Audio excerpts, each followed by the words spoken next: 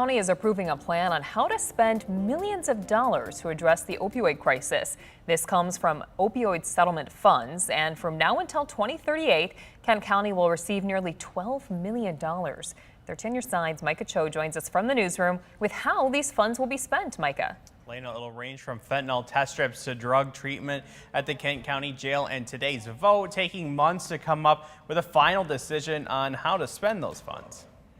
Carry of 16 yeas, 1 nay, the resolution is adopted. The controversial budget and plan to fund opioid treatment opportunities in Kent County has come to a close for now. The delay in a decision comes after a 100-person task force had yet to come to an agreement on how to spend the money.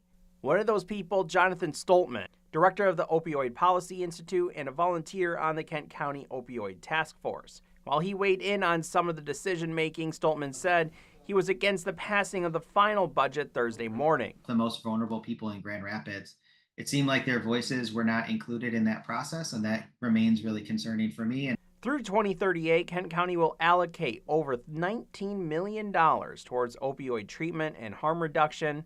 And here's a breakdown on how some of that money will be spent over the next 2 years.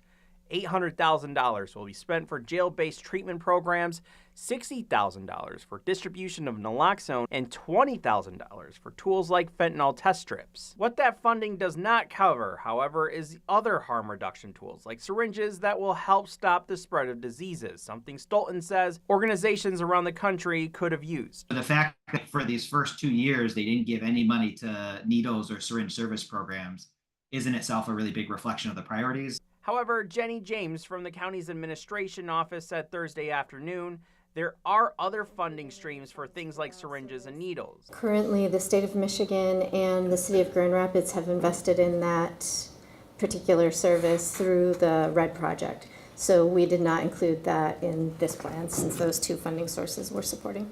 In a statement, Rachel Jantz, epidemiologist and co-chair of the Kent County Opioid Task Force, explained the decision-making for each category by saying in part, quote, "The decisions on how to spend the settlement funds were carefully considered with an eye toward increasing investments in evidence-based programs with past success and beginning to invest in new strategies." Last year, 93 people in Kent County died from drug overdoses, with 68% of those involving opioids. $4 million have already been transferred to Kent County to address the problem, with more to come over the following years. In the newsroom, Micah Cho, 13 on your side.